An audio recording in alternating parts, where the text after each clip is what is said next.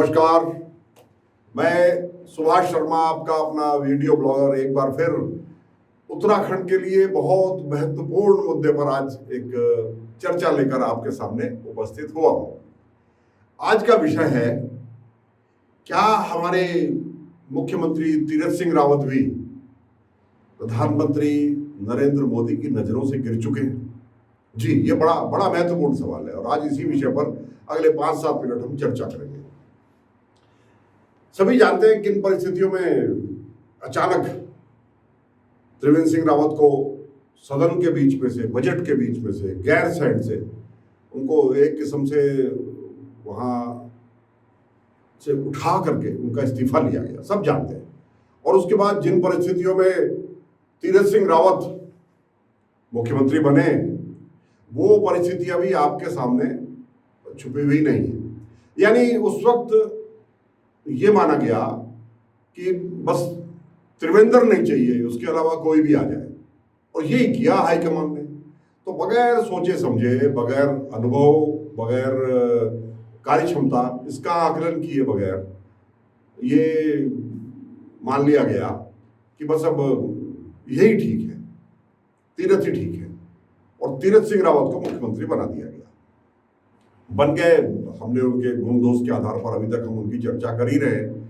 अचानक 5 तारीख को ये समाचार आया, 5 जून को, कि बिना किसी प्रोग्राम के, बिना किसी पूर्व निर्धारित कार्यक्रम के अचानक तीरथ दिल्ली चले गए।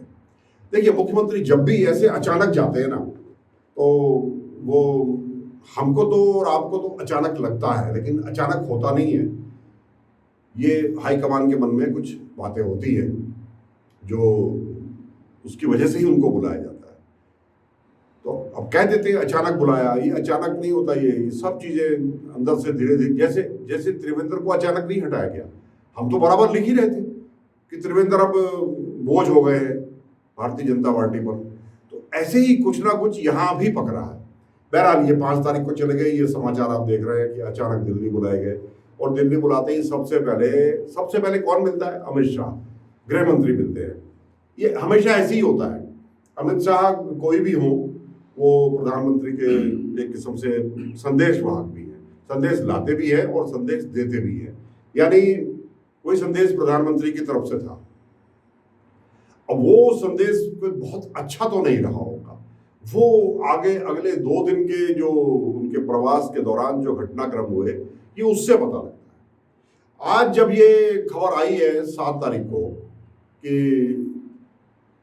तीरथ दिल्ली गए, तीरथ दिल्ली इंतजार करते रहे, 5 तारीख को इंतजार किया, 6 तारीख को पूरे दिन इंतजार किया, और समय पास करने के लिए वो लॉबिंग करते रहे, लॉबिंग। क्योंकि जो कुछ खबरें हैं उसके हिसाब से वो सिर्फ नई नई योजनाओं के लिए, बातचीत के लिए मांग करते रहे। उन्होंने मांग करी, और कितना हास्यास्पद लगता है, 56-57 विधायक जिस प्रदेश के लोगों ने चुन करके भारतीय जनता पार्टी को दिए हों, वहां का मुख्यमंत्री दिल्ली अपने प्रिय नेताओं से जाकर के मांग करे। मांग करने का क्या मतलब है?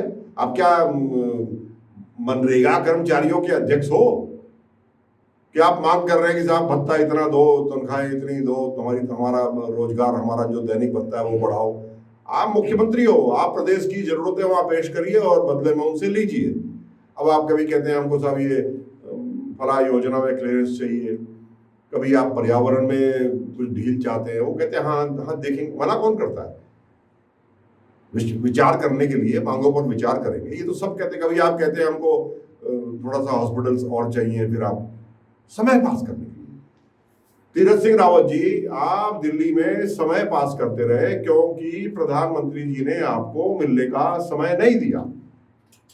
और आज जिस वक्त ये खबर आई है कि हमारे मुख्यमंत्री, उत्तराखंड के मुख्यमंत्री, उनको प्रधानमंत्री ने मिलने का समय नहीं दिया, क्या लीजिए भाई, क्यों नहीं दिया समय? क्या कारण हो गया?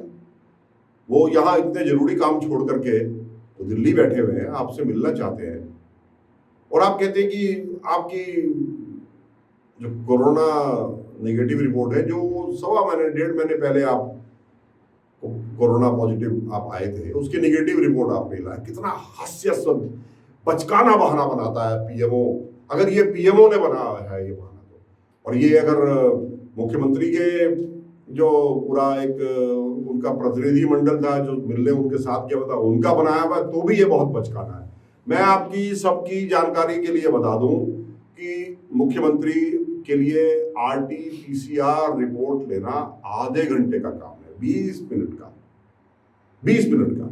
मेडिकल किट लेकर के जहां मुख्यमंत्री है वहीं पूरी टीम आ जाएगी। 1 घंटे में 2 घंटे में तो आप और हम भी ले सकते हैं रिपोर्ट। और मुख्यमंत्री को रिपोर्ट लेने के लिए अब क्या कह रहे हैं कि वापस देहरादून आना पड़ेगा, उत्तराखंड आना पड़ेगा, और उत्तराखंड आकर के वो प्रोटोकॉल के तहत नेगेटिव रिपोर्ट सबमिट करनी पड़ेगी, तब जाकर के कहीं प्रधानमंत्री मिलने का समय देंगे। किसको बहला रहे हो? ये इतना बेवकूफ अब कोई नहीं है। सब जानते हैं इसके पीछे क्या मतलब होते हैं, सब जानते हैं। ये ठीक वैसे ही है जैसे उस वक्त कहा गया था कि 4 वर्ष पूरे होने वाले हैं त्रिवेंद्र सिंह रावत के, जो कभी हुए ही नहीं। भारतीय जनता पार्टी के नीचे से लेकर के ऊपर तक के, छोटे से लेकर के बड़े तक के, जिम्मेदारों से लेकर के गैर जिम्मेदार तक, सब एक ही बात कहते रहे कि त्रिवेंद्र सिंह रावत के 4 वर्ष पूरे होने वाले हैं। ये मीटिंगें उसके संबंध में है जो सफेद झूठ था, सफेद झूठ बोला आप लोगों ने। ये आज भी ये झूठ बोला जा रहा है। मैं आपको बताना चाहता हूं, सच्चाई ये है कि अपने ऊल जलूल बयानों से, अपनी गैर जरूरी बेटियों पर, उनके पहनावे पर, अपने गैर जरूरी टिप्पणी की वजह से, और एक किस्म से नॉन स्टार्टर, आप काम ही नहीं कर पाए, आपको पता ही नहीं है शुरू कहां से करना है। इसीलिए शत्रुघ्न सिंह नाम के एक अधिकारी आपके ऊपर बैठा दिए गए। अब आज आपकी जरूरत तो सिर्फ सिग्नेचर करने के लिए, विज्ञप्तियां जारी करने के लिए, घूमने के लिए, फोटो सेशन के लिए, बयान जारी करने के लिए। इससे ज्यादा तीरथ जी आपकी जरूरत नहीं पड़ी है। और हमें तो लगता है कि अब प्रधानमंत्री को ये आपका इतना सब करना भी अखर रहा। उनको लग रहा है ये हमने कितनी बड़ी भूल फिर कर दी, किसी ढंग के आदमी को लाते। तो आप प्रधानमंत्री के प्राथमिकता सूची से बाहर हो चुके हो तीरथ जी, और ये आपका अपमान, आपको लगे न लगे, हमें लगता है ये हमारा, ये उत्तराखंडियों का अपमान है। या हम 1.25 करोड़ उत्तराखंडियों का अपमान भी है कि प्रधानमंत्री ने हमारे मुख्यमंत्री को मिलने का समय नहीं दिया। तो प्रधानमंत्री जी क्या माने, आप अपने आप को सारे हिंदुस्तान से बड़ा समझते हो? आप मुख्यमंत्रियों को अपने पांव की जूती समझते हो? यही माना जाए ना, क्योंकि आपका व्यवहार तो सारे मुख्यमंत्रियों के प्रति ऐसा ही है। आप जब कलकत्ता जाते हो वहां आप अनचाहे लोगों को जानबूझ करके चिढ़ाने के लिए, आप ममता बनर्जी से मुलाकात के लिए उन्हीं के तोड़े हुए, आपके पास अपना कुछ नहीं है बंगाल में, ममता बनर्जी से ही तोड़े हुए एक व्यक्ति को नेता प्रतिपक्ष बना करके, उनकी पार्टी से ही तोड़ करके उनको बगल में बैठा लेते हो। क्यों? आप उत्तराखंड आते हो तो या इंदिरा हृदय जी को क्यों नहीं बैठाते? क्यों नहीं बैठाते? आप अभी गुजरात गए थे प्रधानमंत्री जी, ये सवाल आपसे देश पूछ रहा है, तो आप वहां भी बाढ़ के सिलसिले में वहां गए थे, बाढ़ हुई, तूफान आया, वहां आप क्यों नहीं लीडर ऑफ अपोजिशन को अपने साथ में बिठाया? आपने कितना गिरोगे राजनीति के लिए? ये राजनीति बहुत नीचे गिर चुकी है। और आप आज जो उत्तराखंडियों को ये जो अपमान किया गया है प्रधानमंत्री के कार्यालय द्वारा, ये हमें बर्दाश्त नहीं है। कम से कम हम बहुत मुखर होकर के इसके खिलाफ बोलेंगे, और मेरी तमाम लोगों से ये भी मेरी अपील है कि इसके खिलाफ बोलिए। ये देश के संघीय ढांचे पर भी एक प्रहार है। प्रधानमंत्री के पास कोई काम नहीं है, माफ कीजिएगा प्रधानमंत्री जी, स्पष्ट कर रहा हूं, आपको याद दिला रहा हूं। परसों आप खाली बैठे हुए थे, अचानक आपको पता लगा कि सीबीएसई के और दूसरे शिक्षा विभाग के कुछ अधिकारी बच्चों से इंटरेक्शन करने, और आप बगैर शेड्यूल के, क्योंकि आप खाली थे, आपके पास काम ही नहीं है, आप बिल्कुल बिना काम के दिल्ली में बैठे हुए हो, आपने कहा लाओ तो मैं ही इंटरेक्शन कर लूं।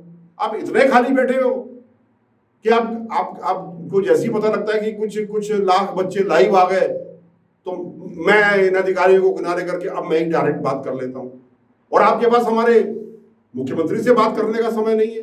ये बहुत ही आपत्तिजनक है। पहले तो आपने बुलाया क्यों? इस्तीफा लेना है तो भाई ले लीजिए ना, अभी ले लीजिए, कम से कम जो उत्तराखंड का नुकसान हो रहा है वो प्रतिदिन तो ना हो। अब आपकी पार्टी की जो पब्लिक में जो इस वक्त मजाक उड़ेगी, उसके जिम्मेदार तो आप हो, हम नहीं है, और ये तो उड़ेगी।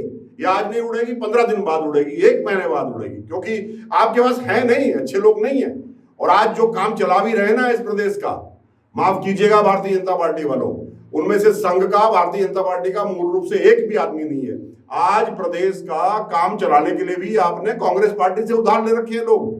मैं कांग्रेसी नहीं हूं, लेकिन यहां पर और कुछ है ही नहीं। यहां भाजपा, कांग्रेस, अब आम आदमी पार्टी तीसरा विकल्प बनेगी, तब बात करेंगे। तो आपके पास तो कुछ है ही नहीं। अगर ये 3-4 मंत्री जो कांग्रेस से आए हुए थे ये ना होते तो आपके प्रदेश में कोई काम ही ना होता। आपके प्रदेश में 1-2 मंत्री है, धन सिंह है। धन सिंह इस कोरोना के आपातकाल में जहां आम आदमी को दर्शन के लिए, बद्रीनाथ जी के दर्शन के लिए मनाही है कोरोना की वजह से, आप ये बहाना बना रहे हो कि दूध समय से नहीं पहुंच रहा अभिषेक के लिए, इसलिए अभिषेक देर से कर रहे हैं। वहां ये धन सिंह, ये 5 फुटा धन सिंह, ये कैसे पहुंच गया बद्रीनाथ अपने साथ, अपनी टीम को, अपनी टोली को लेकर के? हम ये जानना चाहते हैं। ये सवाल हम आप आज जानना चाहते हैं, क्योंकि भारतीय जनता पार्टी के पास इसके अलावा कोई मस्खरा आपके पास है ही नहीं। आपके पास मस्खरों की सूची भी खत्म हो गई। एक मस्खरा हटाया, दूसरा मस्खरा ले आए। क्या क्या मजाक आप कर रहे हैं? हमारा मुख्यमंत्री 3-3 दिन दिल्ली पड़ा रहे और उसको मिलने का समय ना दे प्रधानमंत्री। हम ये बात कभी बर्दाश्त नहीं करेंगे। फिर तो हम ममता बनर्जी का आरोप हम सही मानेंगे कि आपको मजा आता है मुख्यमंत्रियों की बेइज्जती करने में। वही आप केजरीवाल के साथ कर रहे हो। पिज्जा, बर्गर घर पहुंच जाए, होम डिलीवरी हो जाए, भारतीय जनता पार्टी के नेताओं को उस पर ऐतराज नहीं है। और राशन की होम डिलीवरी हो जाए तो ये तो सारे वोट केजरीवाल ले जाएगा। ये डर लगता है। बड़ी लाइन खींचिए, बड़ी लकीर खींचिए, क्या कर रहे हो आप? इस तरह से तो जो भारतीय जनता पार्टी का मतदाता है ना, वो भी खिसक करके आम आदमी पार्टी की तरफ चला जाएगा। हम पत्रकार हैं, हमें दूर से दिखाई देता है क्या होने जा रहा है। तो आज बहुत बहुत ही कष्टकारी दिन है। हमारा मुख्यमंत्री गिड़गिड़ाता रहा 3 दिन तक दिल्ली दरबार में, और उसको ये कह करके वापस भेज दिया गया कि आपकी कोरोना रिपोर्ट नहीं है। अंत में मैं आज अंदर से दुखी हूं। मैं इसलिए कहना चाहता हूं क्योंकि आपने ये प्रकरण शुरू किया। प्रधानमंत्री जी, अपनी वेशभूषा भी ठीक करिए। उस वेशभूषा में आइए जिस वेशभूषा में हमने आपको वोट दिया था। हमने एक स्मार्ट, काम करने के लिए तत्पर, हमने ऐसा प्रधानमंत्री चुना था। आप तो बाबा बन के बैठ गए। क्या हो गया आपको? आप वापस प्रधानमंत्री की कुर्सी पर वापस आइए, उसी गेटअप में आइए जिस गेटअप में हमने आपको चुना था। और इस गेटअप में रहना है तो 24 में इस गेटअप में वोट मांगने के बाद जीत करके आइएगा, तब रहिएगा। हमें ये गेटअप आपका पसंद नहीं आया। आप उसी गेटअप में अच्छे लगते हैं जिस गेटअप में आपने वोट मांगे थे। और हिंदुस्तान का प्रधानमंत्री कोई एक छटा हुआ राजनीतिज्ञ होना चाहिए, एक हताश, निराश, दुनिया से जिसको कहते हैं क्या क्या बोलते हैं, उदासीन, मेरे को क्या, मैं तो झोला उठा के चला जाऊंगा। आप तो उसी मोड में आ गए। तो चले जाइए ना झोला उठा के। बहुत लोग बैठे हैं आपके पीछे पीछे, राजनाथ सिंह जी बैठे हैं आपके पीछे पीछे, गडकरी जी बैठे हैं। और ये समय है, ये समय थोड़ी किसी का इंतजार करता है। और अपने साथ जब जाए ना तो जाते जाते अमित शाह को भी ले जाइएगा, क्योंकि आपके लिए जो शब्द मीडिया में प्रयोग होते हैं आपकी जोड़ी के लिए, मैं वो तो यहाँ नहीं कर सकता। तो आज मैं अपना ये गुस्सा, अपनी ये निराशा, अपना ये आक्रोश आपके साथ शेयर कर रहा हूं। और आपसे भी मेरी अपील है कि ये आपकी और हमारी, ये खाली पहाड़ी नहीं, ये उत्तराखंड राज्य के हर निवासी की, ये हमारी अस्मिता का सवाल है। मुख्यमंत्री केवल एक पॉलिटिकल पार्टी का सदस्य नहीं होता, वो केवल एक संवैधानिक पद ही नहीं है। मुख्यमंत्री पूरे प्रदेश की एक विशेष क्षेत्र की, वहाँ की जनाकांक्षाओं का, वहाँ की संस्कृति का, वहाँ की प्राचीन परंपराओं का, उन सबका संवाहक भी होता है। तो आपने मैदानी, पहाड़ी, गढ़वाली, कुमाऊनी, जौनसारी, आपने तमाम क्षेत्रों के लोगों की आज बड़ी भारी आज उपेक्षा की है। और हम चाहते हैं कि इसकी भरपाई हो और अविलंब, बगैर ये बहाना बनाए कि साहब आप कोरोना की रिपोर्ट नहीं लाए थे, उनको दोबारा से बुलाया जाए। इन्हीं शब्दों के साथ मेरे इस वीडियो को आज अधिक से अधिक शेयर कीजिए। आज आपके मुझे सहयोग की जरूरत है। आपका इतनी देर तक जुड़े रहने के लिए बहुत बहुत आभार। नमस्कार।